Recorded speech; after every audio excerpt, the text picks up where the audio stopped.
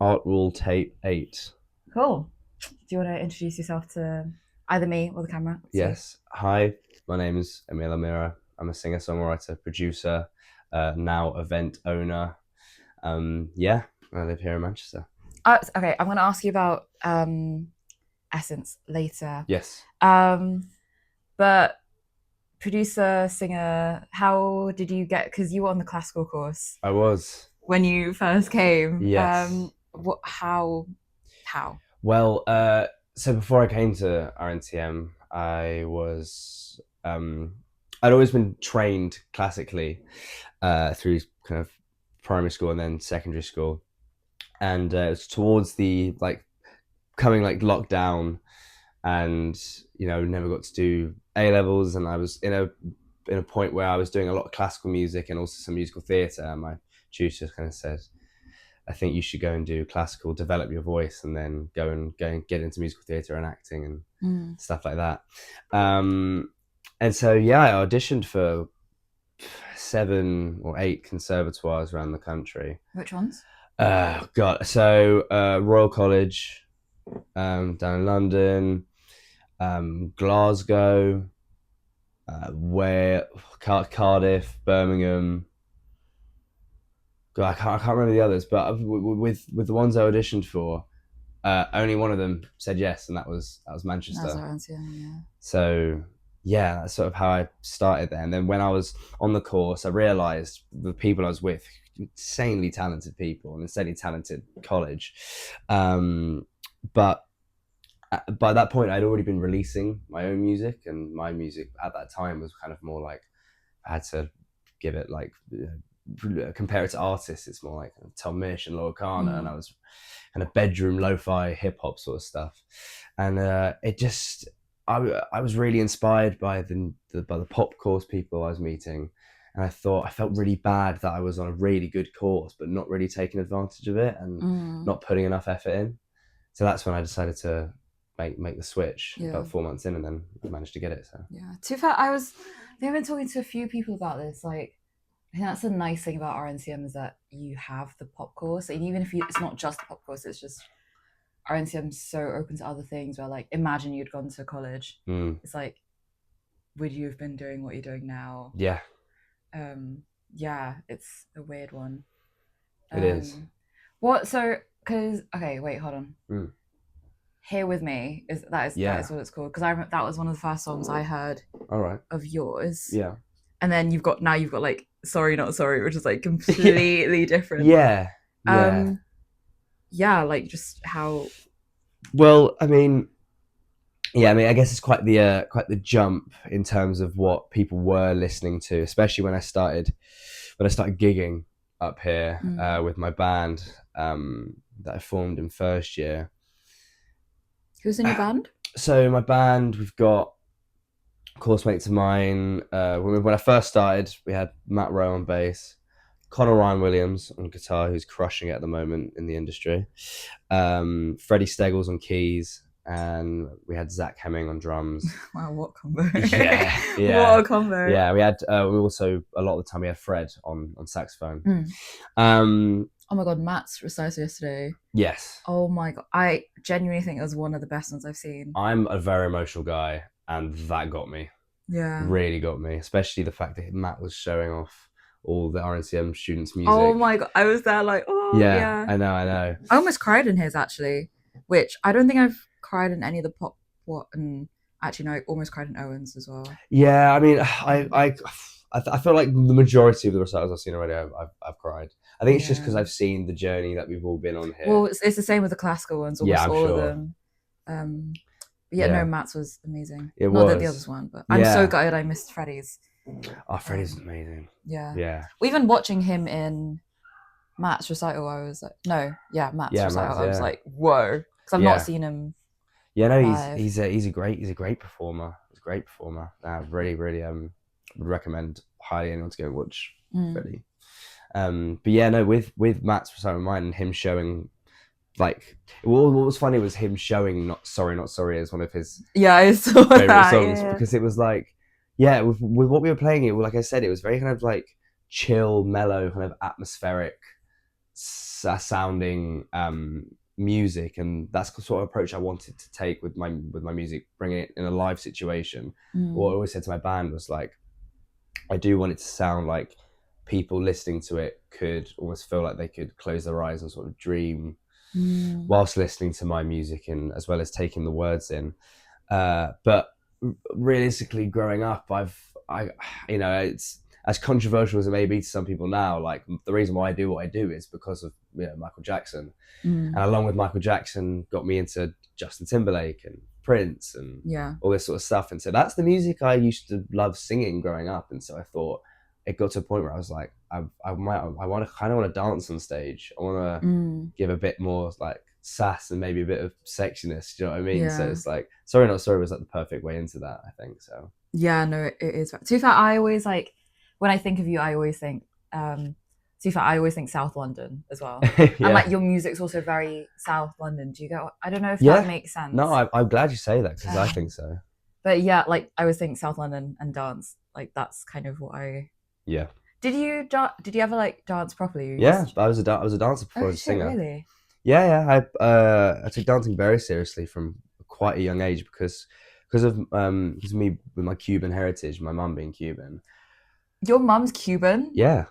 Oh my, I had no clue. Yes. Wow. Yeah. Okay. Hence why, like, I feel like I'm such a letdown to the Latin community, because I can't believe I can't speak Spanish. Wow. Okay. Yeah, because I used to be fluent when I was a little kid, and then I just gave up apparently, and just became really just like, I don't want to learn this anymore. I don't want to speak it. But yeah, no, with mum being a dancer and a singer, mind you, I kind of got that all from my mum, and so would do contemporary street dance classes, and Wow. auditioned for Zoo Nation, which is one of the UK's kind of like leading uh, street dance companies, which I got to the final for but never made it. But yeah, I mean, dancing was like a big thing in my life, and it still is, to be honest. I've got, you know, in Freshers Week in first year, Oh god, we had, where are you going with this? you know, we had a night in El Diablo. Like, Yeah, I don't remember much. I just remember you dancing, and I was yeah, that was yeah, it, in a vest. Okay, Yeah. I didn't remember that bit. No, I But was wearing now, I was wearing a vest, and in the middle of the dance floor, El Diablo. Yeah, that was, yeah. yeah.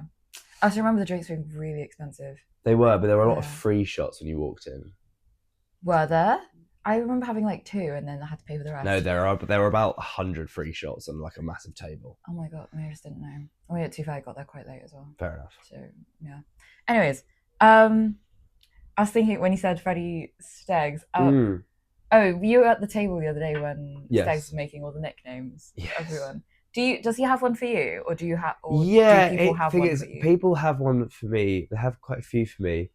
But Freddie's is like, the one thing with Freddie, right? He is one of I've never met anyone like Freddie, in a sense of like, he could say what. So someone could say the least funny thing possible and no one would laugh. He could say the least funny thing, but it is just hilarious when he says it. And so with Freddie, since first year, he's had the obsession with the word bum. But when Freddie says bum, it's hilarious. Like, he'll call me like Emile Bum sometimes, or like he'll call me Emile Deal. Quite a few people call me Emile Deal. Oh, we should have brought Emile Deal today. I know, but it's fine. It's fine, on brand. Yes, but yeah, Emile Deal, and then as of the past 2 months, Ollie on my course, he's been calling me Brian. Oh my gosh, that was you. I was thinking, I was the other day, I was like, who's Brian again? You're Brian. I'm Brian. Why are you Brian? Because I think we were out having a drink a few months back now, and he just said, "You look like a Brian, Emile." And since then, he hasn't failed. He's called me Brian every time he sees me. Did your dad call you Brian? Yeah, because I told my dad about it, and now my dad calls me Brian as well, because he finds it hilarious. It's quite funny. Yeah. I don't...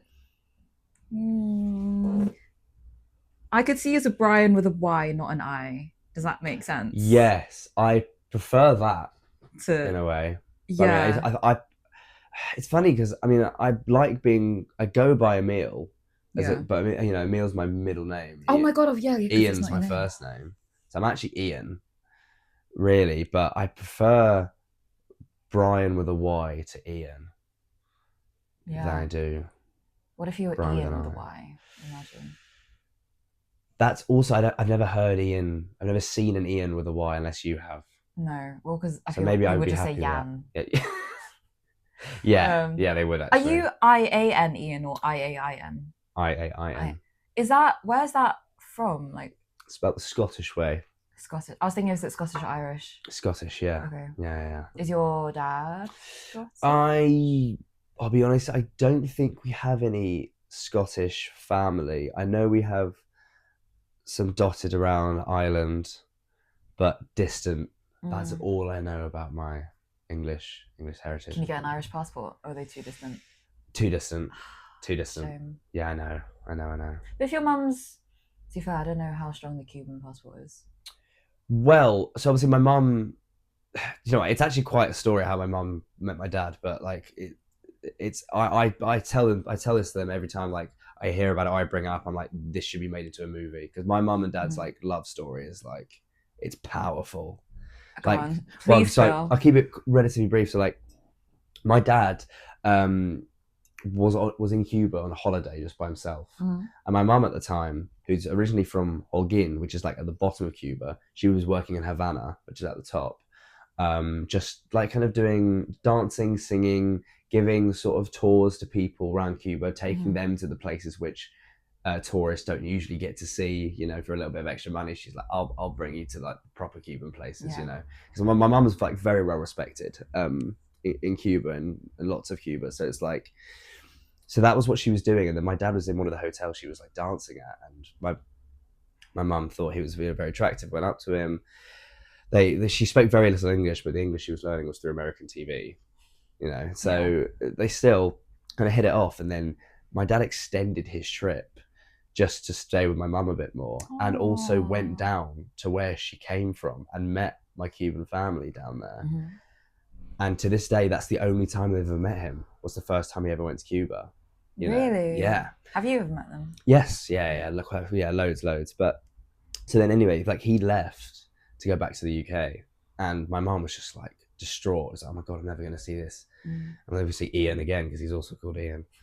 And then we're going to see Ian again. And but with my understanding, Cuba is obviously a very complicated country, with its government and all the politics that goes on there. So I think my understanding is that I think it was very hard for her. It's very hard for Cubans to leave and like definitely like come back and live there, because it's almost like if you leave, it's like, oh, you're a traitor sort of thing. I believe, I could be wrong there, but Mum decided that she could not live without seeing my dad. So she literally packed all her things, left Cuba to go to the UK. She had no idea where my dad lived or where he was from. So she spent 9 months in the UK looking for my dad. Oh my God. Just working jobs, any job she could find, working her way through the country. Yeah. Trying to find my dad, and then ended up in Leicester where my grandma grew up. Found someone that knew my dad, and they passed her his number, and then my mum just showed up at his doorstep. And your dad was just like... And my dad was actually like in a weird place at the time. I think he might have actually been in like a sort of situationship or something. And then my mum shows up and he's like, oh my God. And that was it. Wow, that should be a movie. That's insane. Yeah. That'd be a great movie. That's what I think. And I'll happily write the music for it. I think this is the problem with being creative, because I would love to make like a movie and like write stuff, but I just can't because I'm not that talented. That's insane. Oh my God. Yeah. I'm gonna write that down. Not the whole story. That is so cool. Yeah, I do like that story of theirs. I mean, it would have been amazing if they were still together, but like they're not. But everything's worked out for the best. So like my mum lives with my stepdad, who I absolutely adore. So it's like everything's worked out perfectly. But yeah. Oh my God, that's amazing. Right, hold on. Yes. Getting sidetracked now. Yes. That was so cool. That's all I can think about. Right, influences. So you mentioned, like obviously Tom Misch, like for your older stuff. Yeah. And then like Prince, Michael Jackson for your newer stuff. Is that like when you write lyrically, is that also what you draw from, or do you kind of just write what you're feeling? Or I really try to write what I'm feeling, because in terms of me being a musician here in Manchester, I feel like I've I feel like I've made the most of it. But when it comes to like releasing music, I don't think I really capitalized on that a lot. But I think what happened was I came to uni surrounded by all this influence, all this talent, and I was really intrigued, and I kind of just have watched everyone with their creative process. But because everyone is so different in terms of what they write and how they write, it's like it was quite hard for me to um, tap in to my creativity in a way, Yeah. because I just felt so distracted by everything that was going on, you know. And it's like I released a song in first year, released nothing for second year and third year, and then finally came out with another song in fourth year. And it's because I felt so clouded. Like there was a point I just felt so clouded with what I was writing, and I didn't feel like I was being true to myself and to the artist that I am or that I'm becoming in a way. Because I mean, the bulk of my releasing and kind of writing music was during lockdown, and at that point, all we had was really ourselves. And so at that point, it was like I've got no one to see. I'm not allowed to go outside and do anything, so I've just got to like make something happen here. And so, or everything that was going up in my brain, I just managed to create these like stories with it. And so I've been trying to do that for the past few years, but I found it really hard with just writing, because usually it'll be like I try to kind of write from experience, and I would feel like I'd have stuff to write about these past few years, but then it's like I'd find myself with the music, when adding the music to it, I'm sounding like someone else. Which I know it's very like, you know, I know you can be quite hard on yourself, and a lot of people have similar music, of course, but I was just being like, oh no, that sounds too much like this guy. Yeah. That sounds too much like him. That's not something I would actually do, but I'm just doing it because I liked how he was doing it. Yeah. But it's got to the point where now I'm writing again, and I'm sort of in this quick creative sort of flow.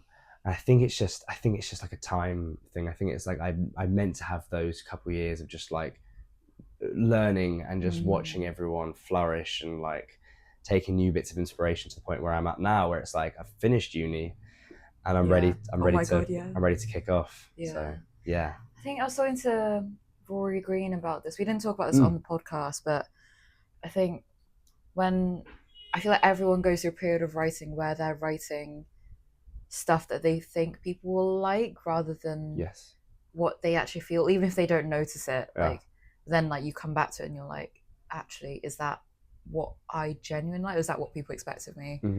And it's so easy in RN7 when you're surrounded by people who kind of do the same thing. I do think RNCM is like a sound. Obviously, I think that sounds like split into the different groups of people in RNCM, but like especially the jazz, R&B, soul, indie, they all have like some sort of sound, which isn't a bad sound. Everyone's amazing, but I feel like when I listen to other artists in Manchester, you can always tell RNCM artists. I do. I completely agree with you. Yeah, I do. Yeah, I mean it's weird, because it's like with where I'm at now, I mean, you know, kind of leading on from Sorry Not Sorry, I think I'm going into this like R&B, like soul vibe.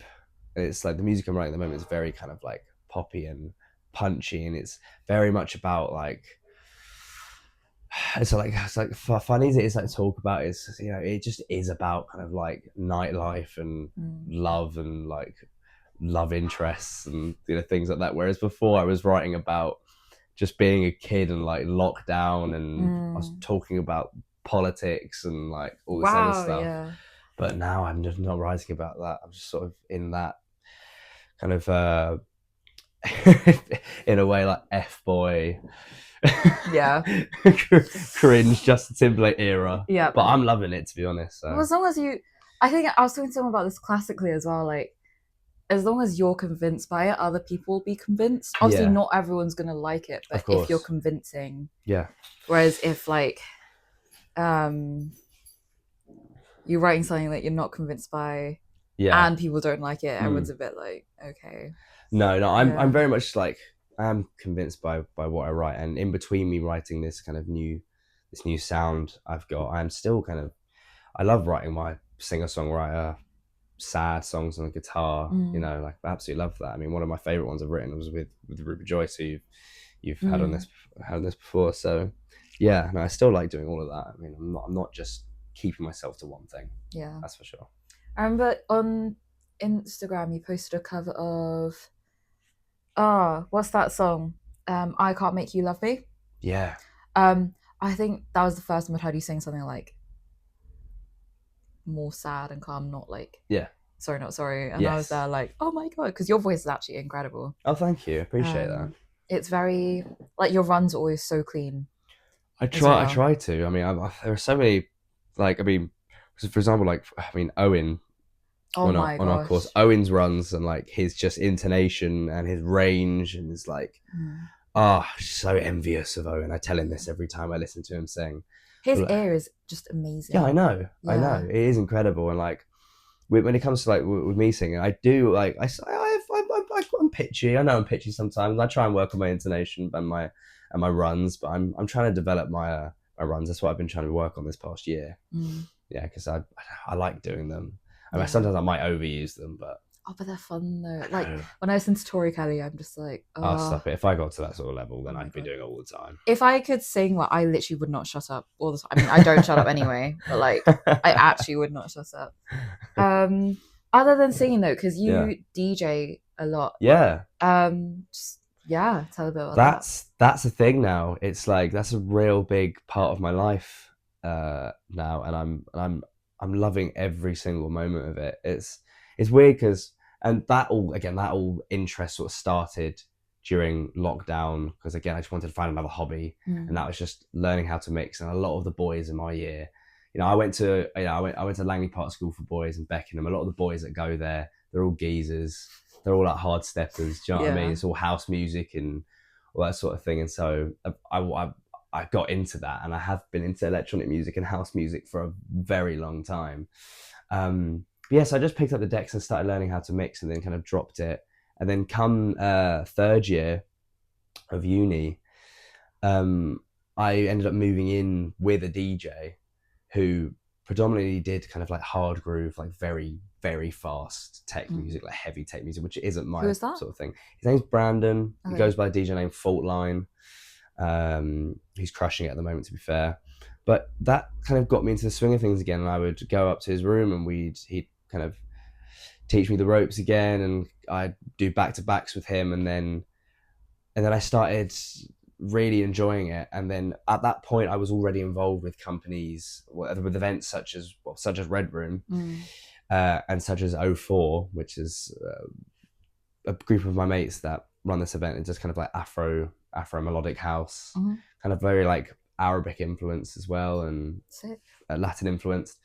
Um, and I was going to their events all the time. And when I started to pick up the decks again and getting on it, I just thought, oh, I might want to take this to O4 or take this to Red Mm. Room. And so I've been able to do that now, and I've done about 8 Red Rooms now, being the main. I hope I can say this, Pablo Max, one of the one of the main DJs. I love your DJ sets. They're Oh, actually, amazing! Thank you. I feel like I'm so picky whenever I go clubbing, and I Mm, don't go clubbing because I hate the music at most fair clubs. But enough. every time I have gone to Red Room and it has been like you or Pablo Mm. on decks, I've actually always really, really enjoyed it. I appreciate it. I think one thing as well, which I kind of combine the like performance aspects of things, but it's whether it's singing, whether it's DJing, is I still get a buzz from it. It's a different kind of buzz, but I Mm. still get that same high because it's like I'm still having to read the room in a way. Like if I see people aren't enjoying themselves, then I've really got to think, okay, how can I change this up? Yeah. And I think I've been really getting better at that. The last one of the last Red Rooms that we did, which was the Brazil night. Mm. Oh, one of my favorite sets yet because it was like I got to play all sorts of music, Yeah. like a bit of bashment and like carnival, and I had so much fun, so much fun. Have you ever been to Carnival in Do you know what? London? Being in London, I've never been to Notting Hill Carnival. Because I feel like you would really, really enjoy it. I feel like I would as well. Yeah, I mean, I've not been, but Yeah. I feel you seem like the type of person who would I go. think I might. I think I might go to the next one because I know a Mm. few of my mates are going to go, and they keep telling me, "Emil, you would love it." Yeah, So I might give it a go. yeah. Was going back to events and stuff. So you Mm. have your own event, Yeah, I do now.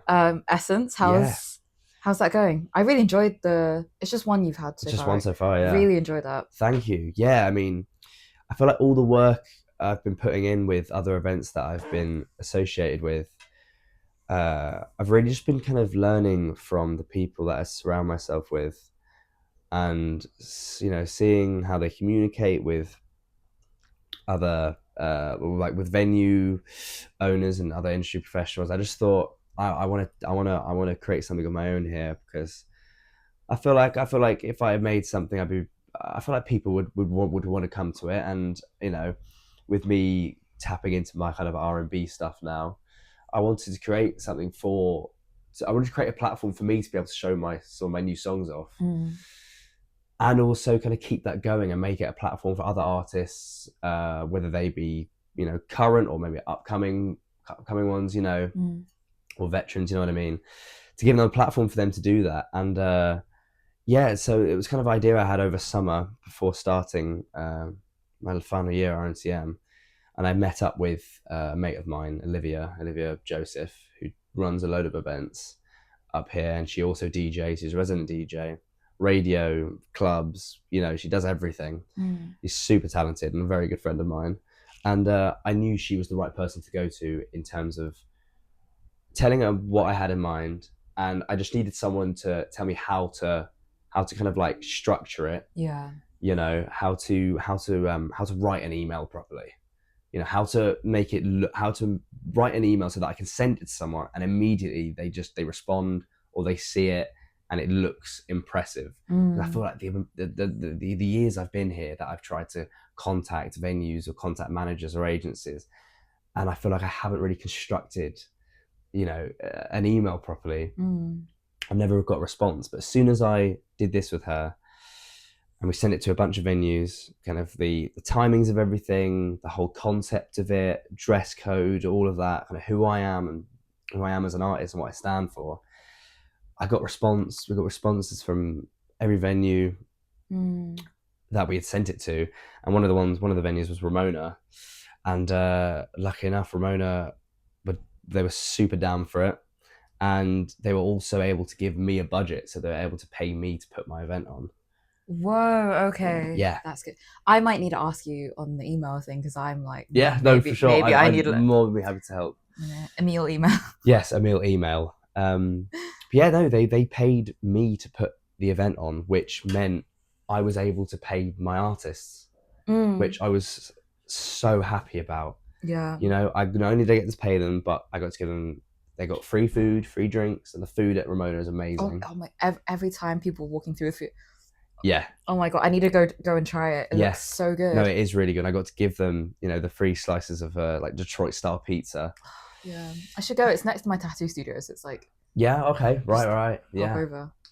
So yeah, I mean that's started now, and it it did so much better than I thought it was going to do. Mm. And a lot of people turned up, and what I loved is that it was a free event, which I was more than happy about, because I just wanted people to come along and see what it's like first. And I think I'm going to keep it free for a while, Mm. whilst I kind of build it. But what I liked is that the people just eating in the restaurant, because the doors are open, they can also see Yeah. what's going on and they can hear, and if they want to, they can come in as well. Mm. And so that's what happened, and we kind of packed it out, and it was like a dream. It was like everything, all the hard work I put in and the kind of promotion I'd done and kind of organizing everything. It was like, oh, I can actually do this. Mm. So now it's like testing myself to see how big can I make this event, because I'm trying to make it huge in Manchester. So it's like just got to keep working at it. Are you staying in Manchester then? Yeah. So currently I'm living in Brighton when I'm not in Manchester. Okay. My dad's lived in Brighton for the past 2 years now, so that's where I've been. That's where home is. So I'll be going down to Brighton the next few weeks. So I will be leaving Manchester for a little bit. Working same bar job I worked last year. I actually work at a music venue down in Brighton, which is great because it's live music from early morning to late in the evening.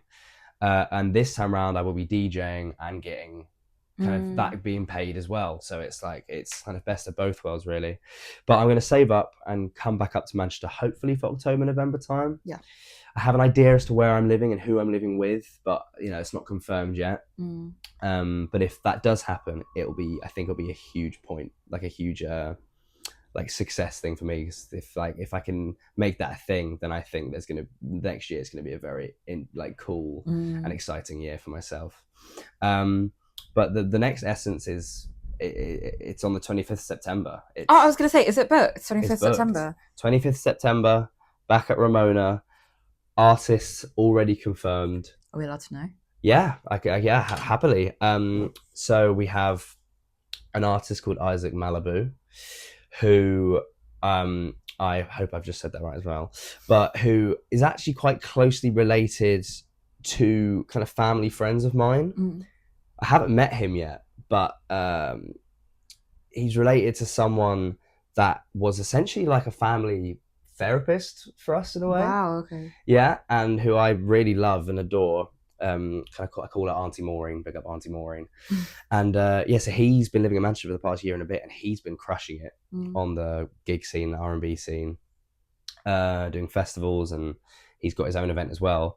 So I just thought, tell you what, I want to meet him finally, and also why doesn't he come and show his music off at my event? So I've got him. I've got Molly Edwards, who is just about to go into second year at RNCM, who does kind of like funk and soul. She's really cool. Wayne Ellington recommended I get her to come and do the event.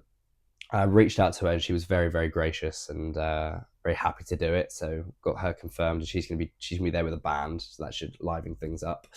And then to headline, I've got Kamani Anderson, he's the lead singer of the Secret Night Gang up here in Manchester. Secret Night Gang are a very, very successful jazz band up here. They've done multiple festivals, Love Supreme, all of those things. Kamani himself is an amazing singer, an amazing personality, and he does kind of all the gigs around here. He does blues most nights of the week. He does whiskey jar. He's everywhere. He's bouncing everywhere, band on the wall, And so I reached out to him, and he said yes. What is it?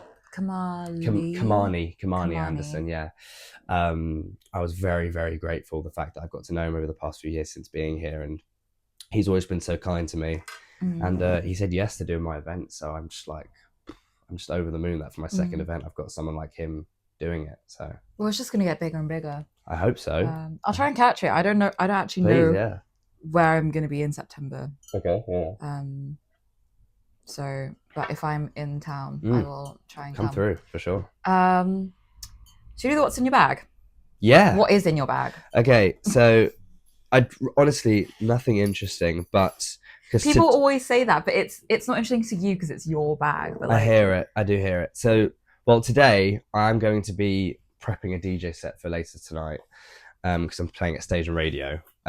Just good old laptop. Got my laptop. What else do we have in here? I've got my headphones, which really are not okay anymore. Are they Bose? They're Bose, and I just feel so sorry for them. A little bit. You could just get new. I could get like cushions, the sort cushions, of the thing, yeah. But I've got those with me, and one thing I've got which shall remain closed is I've got my diary, got my journal. Oh, that's so. I wouldn't take you for a journal guy.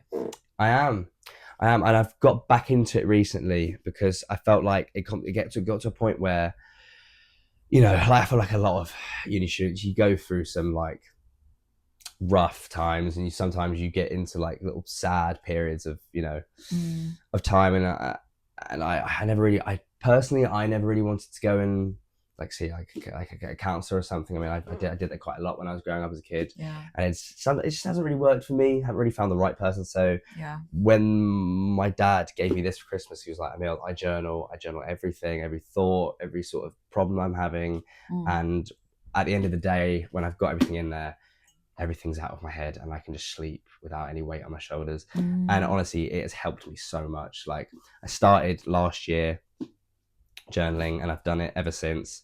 Had a little break, but I've picked it back up again. So a lot of music ideas in here, a lot of just general thoughts and memories are in here. Mm. So yeah, I take this everywhere with me. And then, which is probably the best thing in my bag right now, personally, Okay. which I'm really going to enjoy after this is finished. Got a Greg sausage roll. Yeah. Yeah. No, honestly, solid. So yeah, I mean that's what's in my bag. That's great. Yeah. Yeah. Oh man, I haven't had a Greg's sausage roll in so long. I just love Greg's is just so good. It is. It is. Did you know that Greg's was from Newcastle? Do you know what? Now you say that, I think I did. I had no clue. Brought back something there. Yeah, but I was in Newcastle recently. My friends were like, "Oh, did you try the Greg's there?" And I was like, "Why?" And Yeah, like, it's because why? it's like the Greg City. And I was like, "Whoa."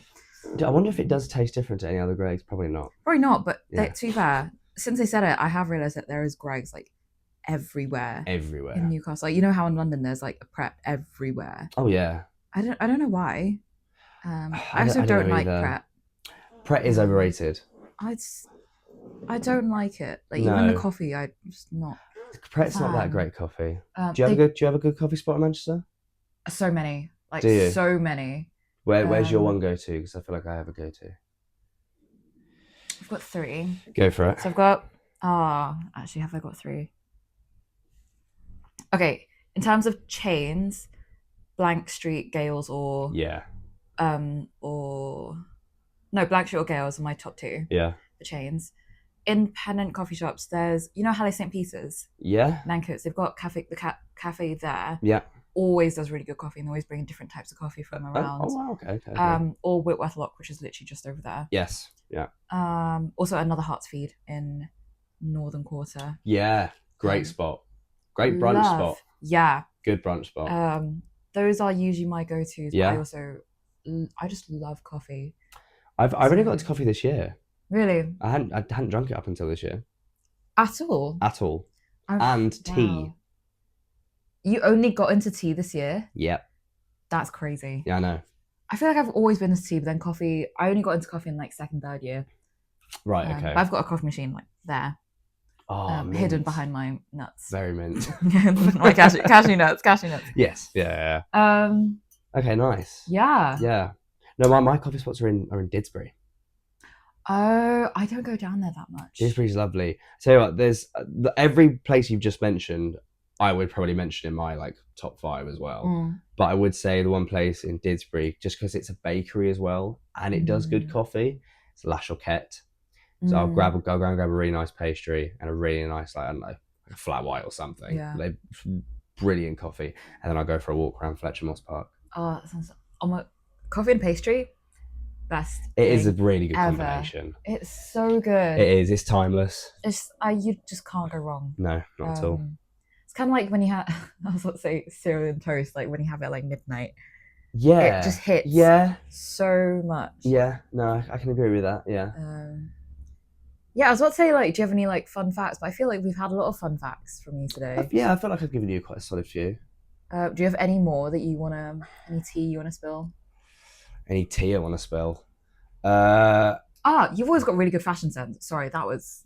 Wow, thank you. I appreciate that coming from you because I feel like you're also one of the many. Like, I feel like there's quite a few people in college that do have really good dress sense, and I could definitely name a few. You're definitely one of them. I think Sam Nutt. Yeah, 100%. Sam Nutt for me is. I think Sam Nutt's the reason why I try to like look good on a day-to-day basis, because when I was on a classical course, I was not dressing how I dress now. I mean, really, listen, I actually can't remember. It's like some people when I was on the classical course, I was dressing very like a double-breasted blazer, shirt, jeans, very like, very kind of almost like quite put together and elegant in a way. As you'd expect from a classical. I'm not calling myself elegant. I'm not saying that, but I would wear like shirts every day, which is completely fine. I know some people do that and they look great, but Sam was the one that was like, you need to get rid of these skinny jeans. You need to You get. wore skinny jeans in first. I did wear skinny jeans. Yeah, I did wear kind of tight fitting jeans. Not like spray on. The only way is Essex type jeans. No offense, but like yeah, I would wear that sort of jeans. And he was like, "You need to bag it up, man. You need to get baggy." And so started getting baggy, and then once I got that, I then started kind of really kind of looking at what I was wearing, and I think it's got to a point now where I'm starting to find my own little style, and I like it. So I'm glad you like it as well. Yeah, no, I think you dress great. Thank you very much. Sorry, I ruined your fun fact, but that's all right. Yeah. Do you have any releases or you said you've got Essence coming in September? Yes. Do you have any of your own like releases or gigs coming up? So I have a small plan in my head as to what's next to come for my music. Like I said, I have been writing quite a lot recently. I've been working with great artists. I've been working with Pablo Miller. I've been working with Jack Critchlow. Jack Critchlow, he produced Sorry Not Sorry, actually. Did he? He helped me mix that, yeah. Well, he didn't help me mix it. He mixed it. I didn't do any of that. I just had the idea, came up with all the chords and all that sort of blah, blah, blah. So with that and the songs I'm working on, I really want to release them, and I really want to bring an EP out just so I can, I really haven't got a date in mind yet, so I can't say this is coming out when, but the plan is to bring an EP out with this new stuff I've been writing and just promote that, and with Essence, I've now got the Instagram page for that. So like I'm writing down ideas of what I'm going to be posting when I'm not kind of in the lead up to an event, because I want to try and post kind of weekly, whether that be, maybe I'm thinking of reaching out to artists and telling them to that might have been part of the last Essence or ones that's coming up, to record videos themselves, kind of doing a cover. I'll post that on Essence, or like, oh, that's so you know what I mean, or like my top 10 R&B soul songs of the week, and then I'll post those on the story. I'm just trying to get the emotion, get it emotion now, and I'm really excited for it. So yeah, to be fair, I think you'd be really good at, even watching you do Red Room. I feel like that really doing that stuff really suits you. Thank you. I hope so. Because like some people, they're amazing at performing stuff, but as soon as it gets to anything that's towards promotion, it's too far. I am also one of those people. I'm terrible when it comes to promotion, because I just hate doing it. But then you see people who actually do it and they love doing it, and they're interested in like finding out things. Like Ming. Yeah. He was in first year last year. He's in Vietnam this year. He's the keys player on the right pop course. Yeah. I think when I met him, he had 700 followers on Instagram, and now he's on like, I don't know how many, like 30k, more or less. Wow. I mean, I would like to get to that point. I mean, not necessarily for my own stuff, but for Essence, that would be amazing. But I think you'd be able to do that because you're interested in like that stuff. Yeah. Whereas like, no offense to myself on this podcast, I actually don't really like care, because it's more just like for fun, Yeah, no, I respect it. But to be fair, this is fun. Yours is like, no, it's not that definitely yours a lot of isn't fun. for fun, but yes, it's fun, but I am trying to make it a thing. Yeah, for sure. But anyways, thank you for being on here. Thank you for having me. I've really enjoyed it. I will, as usual, put everything in the description. Amazing. Yeah. Do you want to do a end? Yeah. Do I have to say anything, or just like just do that? You cut. I don't know. Cut.